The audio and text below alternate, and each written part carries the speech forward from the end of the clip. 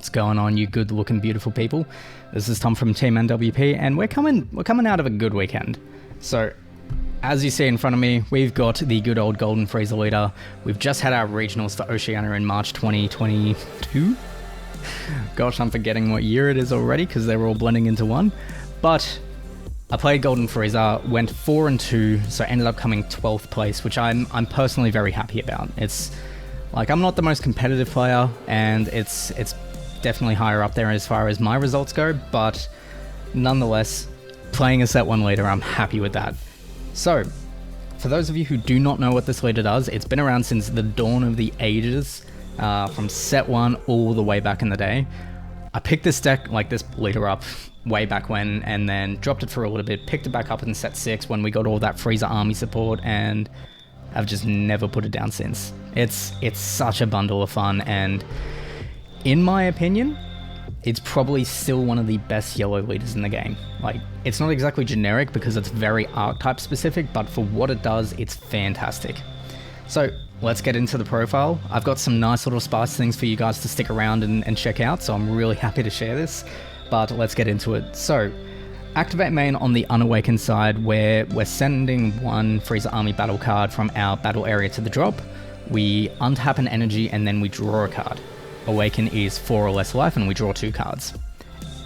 On the awakened side, we're doing the exact same thing, sending a Frieza army battle card from our battle area to the drop, and then we restand 2 cards this time in our energy and draw 1. And on attack, we are attack draw 1. Fairly standard stuff, but the amount of card advantage that this can generate, you know, a lot of people like talk about Icarus and Trunks doing the same thing as far as like they have 2 skills on the awakened side that allow you to draw 2 cards. This effectively can work in that same mechanical function, and it works very well, very well. So let's move into some of our Frieza army targets. Our main 2 targets are 4 Tagoma and 4 Ginyu. Now, both of these are not intended for this leader, they're intended for the other Golden Frieza leader that, like, flips a life face up. I can't even remember what its name is or what set it's from, but they're intended for that one. So all that these 2 cards, or 2 sets of cards, are in here for is the fact that they're 1-cost battle cards that are yellow and they're Frieza army, and when we play them, we draw a card. So very good value, very good utilities for how this deck works. And when we see some of the other cards at the end, you'll understand why these tend to be so good. Now, there are other targets you can play. There's a Frieza that searches top 3 for a Frieza army card. There's a Sorbet that searches top 5 for a Frieza army card. Honestly, this is all you need. Like, hands down, this is all you need. The other ones, they're good, but this is all you need. The fact that we're just drawing and we draw a crap ton of cards, we see everything we need to see. So moving on to the last 1 drop of the deck, we ran 2 Master Roshi. Master Roshi is on play, we take a life, so this is our Self-Awakener. It's also got an activate main for 1 energy where we can take a life and search our deck for a Moon Destroyer, Moon Destroying Kamehameha. But that particular card only works with, I think, the Jackie Chung leader, so it's a dead card in the deck, so we're essentially just using the activate main to help self-awaken more. The activate main never really came up. I would recommend maybe upping this to 3, because there were situations where I felt I needed more, or when this got counterplayed and I wasn't able to self-awaken, having more would definitely help, but deck space is a wee bit tight. Moving on for super combos, not really much to say. Krillin is still the hands down best generic yellow super combo in the game. Same as all the other ones that came out in set 11. We bottom deck a card, draw 2, it gains 10k, and yeah, works if we're at 4 or less life. So not much to say. Would not replace the super combo with any other, or at least, no, don't replace it. Moving on to our battle card counters, we found 4 Mecha Frieza Robotic Riposte and 3 Steadfast Goku. Mecha Frieza is one of the MVPs of the deck, one of the MVPs of yellow. It doesn't need any introduction. Like, preface it to say to anyone who doesn't know what it does, both of these work in the same function where they reduce their cost in hand by 1 for every yellow extra card in our energy or our drop area. So given we can effectively turn 1, charge a yellow card, play or activate a yellow card, and effectively we can get both of these live turn 1, which is a little disgusting. Mecha Frieza is a floodgate negate, so it negates the attack, comes into play, and then the auto goes off, which is if our opponent is going to attack with a non-unison card for the turn, they need to rest a card. So basically taxes our opponent in their economy for wanting to attack further. If we stack these like I did in one game, then they're resting 2 cards, which gets a little disgusting. Steadfast Goku is kind of like a combination of a bunch of counterplays in one. So this counterplays the card and plays it in rest mode. This then comes into play and draws a self card, and this is a blocker. So I would probably up this to 4. I put it to 3 from 4 because the deck space was getting really tight, but I'm kind of regretting it. Not because I didn't see it enough, just because 3 wasn't enough, so there were situations where I needed a 4th. Moving on to some of the, I guess, tech choices or utilities. 2 3-drops we ran were 2 Lord Slug and 2 SS Rose Goku Black. Slug is just a filthy, disgusting card. I'm not running the full Slug package, so not the 1-drop that then you pay 1 and go into this from hand. Mostly because in this deck we're able to untap energy, so hardcasting this for 3 isn't really that taxing for us. So for deck space wise, and for the fact that I didn't want so many dead cards in the deck, just running this at 2 was perfectly fine. And when I got it on board, was able to keep it on board. Like, anyone who's come up against this card or used it knows how broken it is. So while it's in rest mode, it's got unique, it's got barrier, and for bond 2, meaning it has to have at least itself and 1 other battle card in play, our opponent can't add cards from their deck to their hand outside of their leader card. So searching the deck for a target, searching top 3 for a target, drawing cards off their super combo, none of that works. Game mechanic as far as like drawing for turn, all that still works, but the card is just filthy. So you protect it and you just let him suffer. Goku Black, one of the new cards from set 16, this card is pretty darn snapped. So it's got an activate battle for 2. If I have at least 2 blue and or yellow cards in combo or battle area, he comes into play. On play, I can choose one of my opponent's non-leader cards and switch it to rest, which is pretty busted. Then as an activate main for 1, I can send this card from my battle area to my warp, choose one of my opponent's battle cards in rest mode, KO it, and I draw a card. So one thing I was doing, particularly with how this leader works, is like during my opponent's turn, play this in, rest a card, then during my turn, swing with it, use the activate main, KO something, send it to warp, and then because the activate battle works from hand or warp, I would then just play this again during that same turn, rest another card, swing with it again, and then use my leader to untap the 2 energy that I used to pay with this. So it effectively more or less just keeps itself around, and then we can then use the activate main again, because that's not once per turn. The auto is a limit 1, so that's only going to hit once, but then I can then just use it again, send it to my warp, and then play it again during my opponent's turn.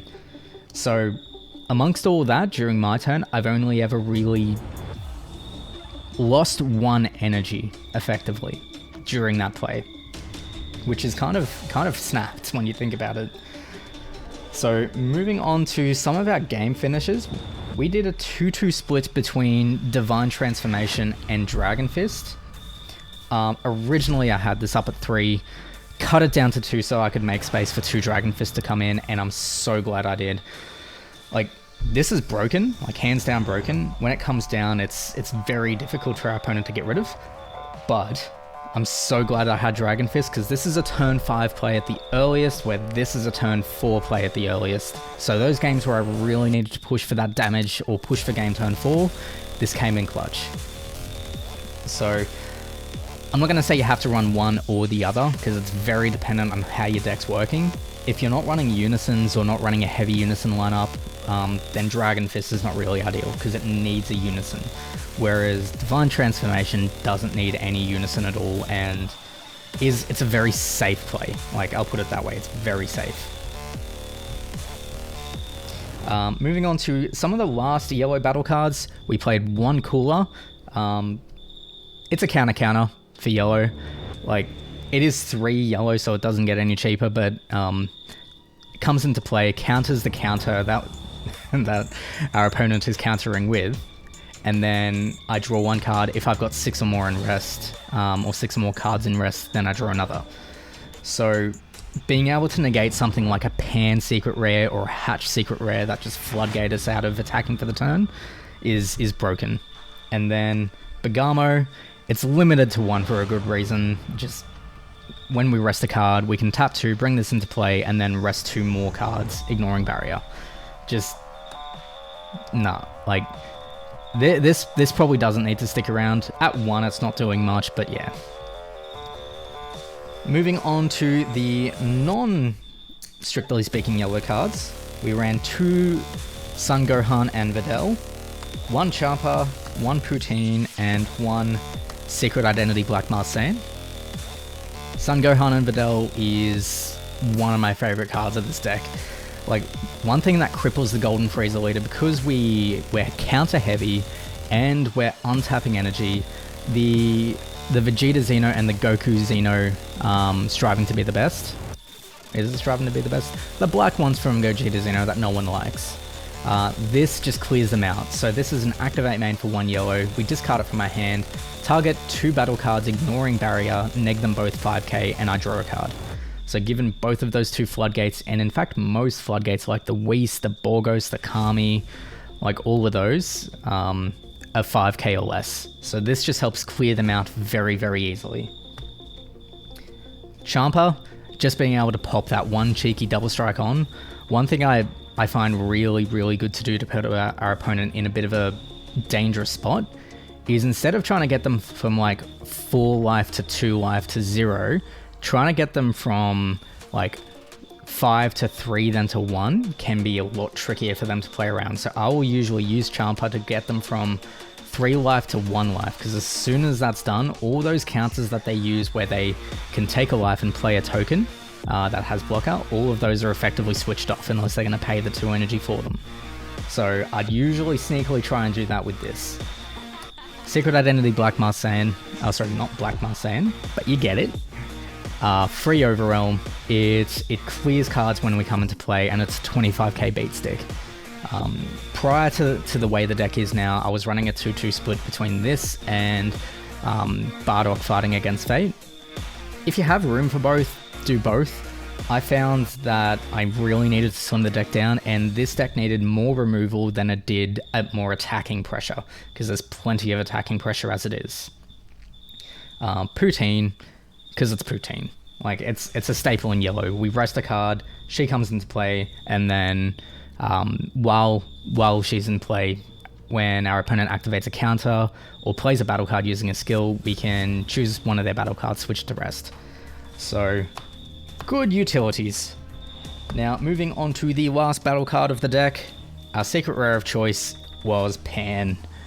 So, originally I was running Supreme Kai, but as much as I hate to admit it, Supreme Kai's kind of just fallen a little bit out of fashion. Just a little bit out of fashion. But Pan is busted.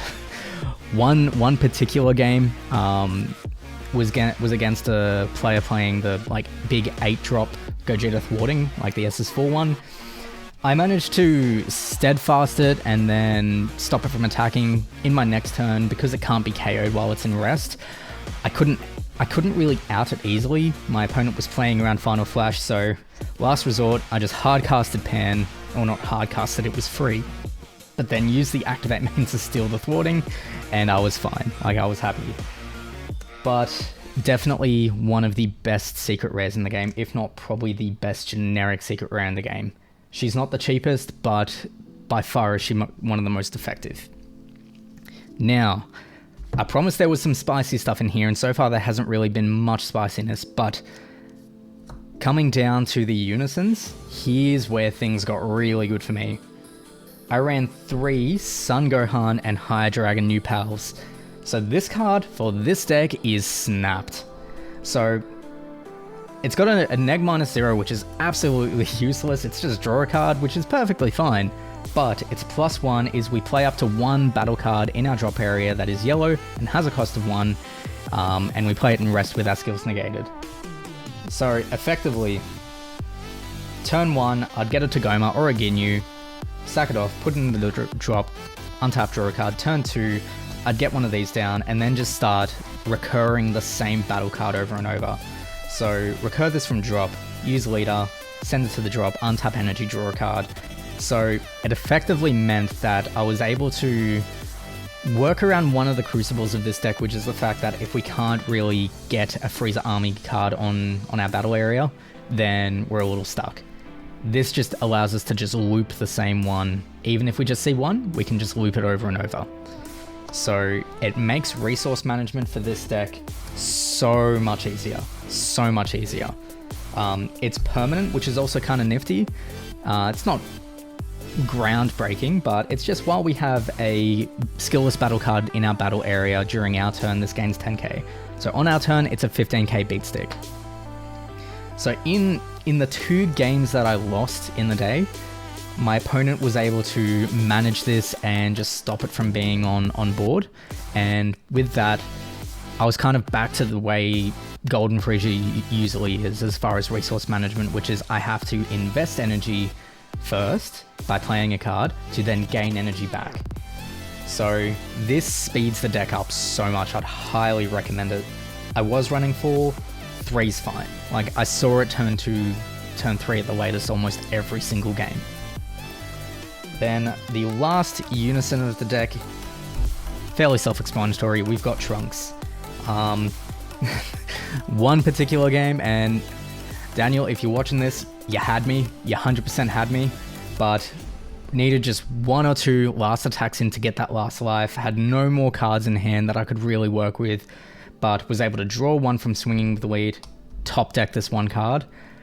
The fact that it's a 20k dual attacker, and then it can wipe the board or just, do spot removal, it's such a great utility, such a great just generic yellow unison.